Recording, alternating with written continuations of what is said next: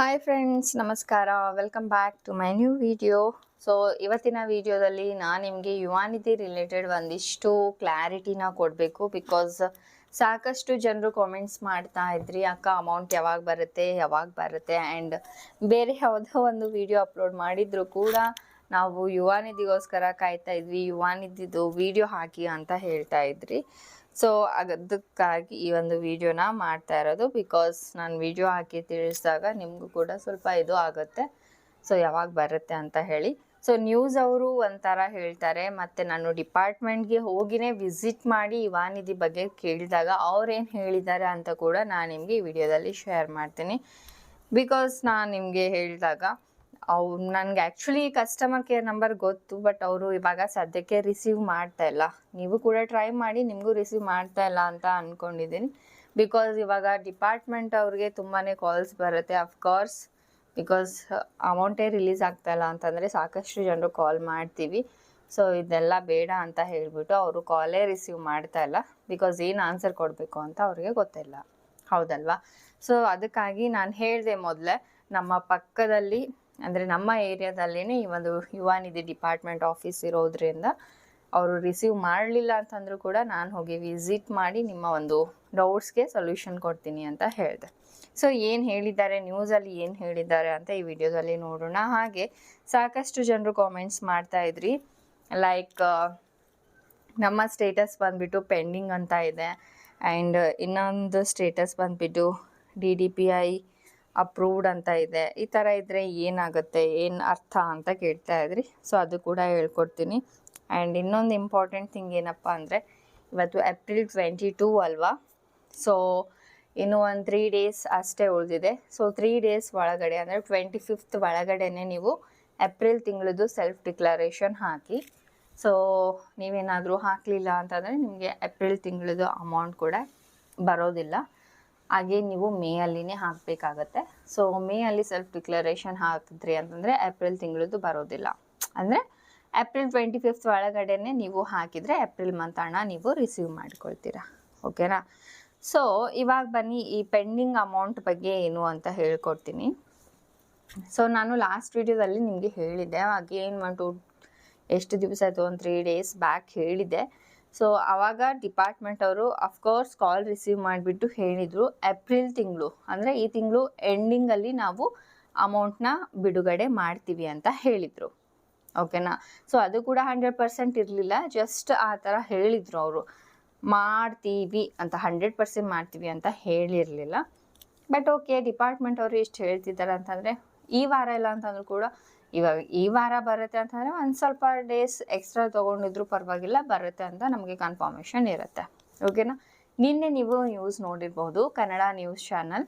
So news ನೋಡಿಲ್ಲ ಅಂತಂದ್ರೂ ಕೂಡ ನಾಟ್ ಟು ವರಿ, ಬಿಕಾಸ್ ನಾನು ಹೇಳ್ಕೊಡ್ತೀನಿ. ಎಲ್ಲ ಸ್ಕೀಮ್ಸ್, ಯುವಾನಿಧಿ ಆಗಿರ್ಬೋದು, ಶಕ್ತಿ ಯೋಜನೆ, ಗೃಹಲಕ್ಷ್ಮಿ, ಸೊ ಎಲ್ಲದ್ರದ್ದು ಶಾರ್ಟ್ ಆಗಿ ಏನು ಸ್ಟೇಟಸ್ ಅಪ್ಡೇಟ್ ಕೊಡಬೇಕಾಗಿದೆ ಅದು ನ್ಯೂಸಲ್ಲಿ ಒಂದು ಟೈಮಿಂಗ್ಗೆ ಕೊಡ್ತಾರೆ, ಓಕೆನಾ? ಸೊ ಅದರಲ್ಲೂ ಕೂಡ ಯುವಾನಿಧಿದು ಒಂದು ಟಾಪಿಕ್ ಇತ್ತು.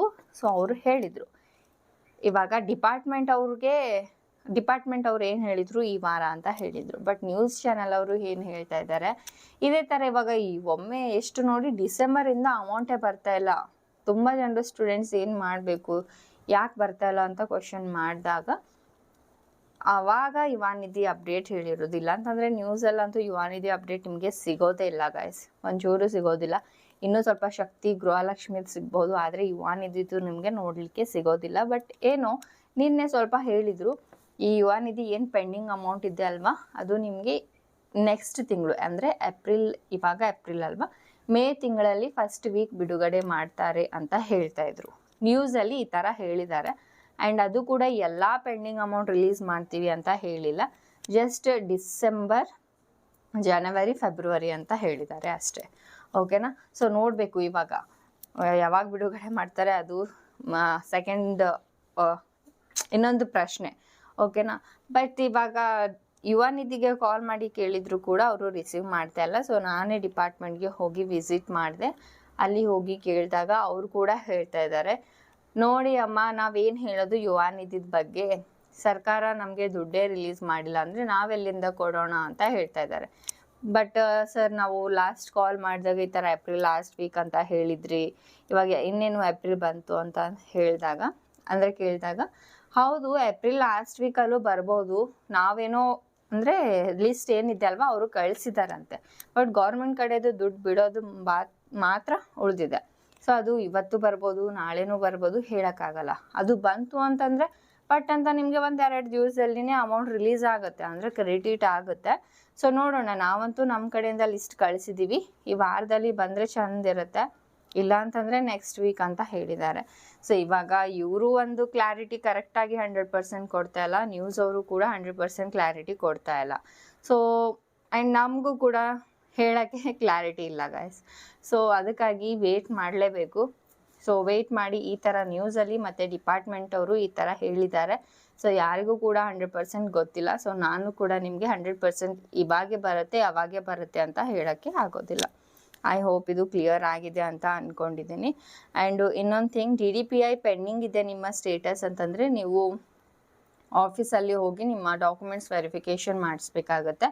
ಆ್ಯಂಡ್ ಇದು ಓಲ್ಡ್ ಅಪ್ಲಿಕೆಂಟ್ಸ್ಗೆ ಎಲ್ಲ, ನ್ಯೂ ಅಪ್ಲಿಕೆಂಟ್ಸ್ ಅಂದರೆ ನೀವು ಇನ್ನೂ ಒಂದು ಸಲನೂ ಅಮೌಂಟ್ ನಿಮಗೆ ಕ್ರೆಡಿಟ್ ಆಗಿಲ್ಲ, ಸೊ ಅಂಥವರು ವೆರಿಫಿಕೇಷನ್ ಮಾಡಿಸಿ. ಸೊ ಓಲ್ಡ್ ಅಪ್ಲಿಕೆಂಟ್ಸ್ಗೂ ಕೂಡ ಇದೇ ಥರ ಬರ್ತಾ ಇದೆ ಅಂತಂದರೂ ಕೂಡ ವರಿ ಮಾಡ್ಕೊಳ್ಳೋ ಅವಶ್ಯಕತೆ ಇಲ್ಲ. ಸೊ ಅದು ಟೆಕ್ನಿಕಲ್ ಇಶ್ಯೂಸ್ರಿಂದ ಆಗಿರುತ್ತೆ. ಬಿಕಾಸ್ ಈ ಸೇವಾ ಸಿಂಧು ಅಲ್ಲಿ ಅವಾಗವಾಗ ಅನ್ನೋಕ್ಕಿಂತ ಹೆಚ್ಚಾಗಿ 80-90% ಸರ್ವರ್ ಇಶ್ಯೂನೇ ಇರುತ್ತೆ ಗೈಸ್. ಒಬ್ರದ್ದು ಇದೆ GST ಪೇಯರ್ ಅಂತ ತೋರಿಸ್ತತೆ, ಇನ್ನೊಬ್ರು ಹೈಯರ್ ಎಜುಕೇಷನ್ ಅಂತಾನೆ ತೋರಿಸುತ್ತೆ, ಇನ್ನೊಬ್ರಿಗೆ ಡೇಟಾ ನಾಟ್ ಫೌಂಡ್ ಅಂತಾನೆ ತೋರಿಸುತ್ತೆ. ಸೊ ಈ ಥರ ಇದ್ರೂ ಕೂಡ ಅಮೌಂಟ್ ರಿಸೀವ್ ಆಗ್ತಾ ಇದೆ ಸ್ಟೂಡೆಂಟ್ಸ್ಗಳಿಗೆ. ಸೊ ನಾಟ್ ಟು ವರಿ, ಓಕೆನಾ. ಸೊ DDPI ಪೆಂಡಿಂಗ್ ಇದೆ, ನಾವು ಹೊಸ ನ್ಯೂ ಅಪ್ಲಿಕೆಂಟ್ಸ್ ಇದ್ದೀವಿ, ಇನ್ನೂ ವೆರಿಫಿಕೇಷನ್ ಮಾಡಿಸಿಲ್ಲ ಡಾಕ್ಯುಮೆಂಟ್ಸ್ ಅನ್ನೋರು ಹೋಗಿ ಮಾಡಿಸಿ, okay. So other than this ಬೇರೆ ಯಾವುದೇ ಒಂದು ಸ್ಟೇಟಸ್ ಇದ್ದರೂ ಕೂಡ ನಾಟ್ ಟು ವರಿ, 100% ನಿಮಗೆ ಅಮೌಂಟ್ ಬರುತ್ತೆ. ಐ ಹೋಪ್ ಈ ವಿಡಿಯೋ ಯೂಸ್ಫುಲ್ ಆಗಿದೆ ಅಂತ ಅಂದ್ಕೊಂಡಿದ್ದೀನಿ. ಸ್ಟಿಲ್ ನಿಮಗೆ ಏನಾದರೂ ಡೌಟ್ಸ್ ಇದ್ದರೆ ನೀವು ಕೇಳ್ಬೋದು. ಮತ್ತೆ ಸಿಗೋಣ ಮುಂದಿನ ವಿಡಿಯೋದಲ್ಲಿ. ಬಾಯ್ ಬಾಯ್.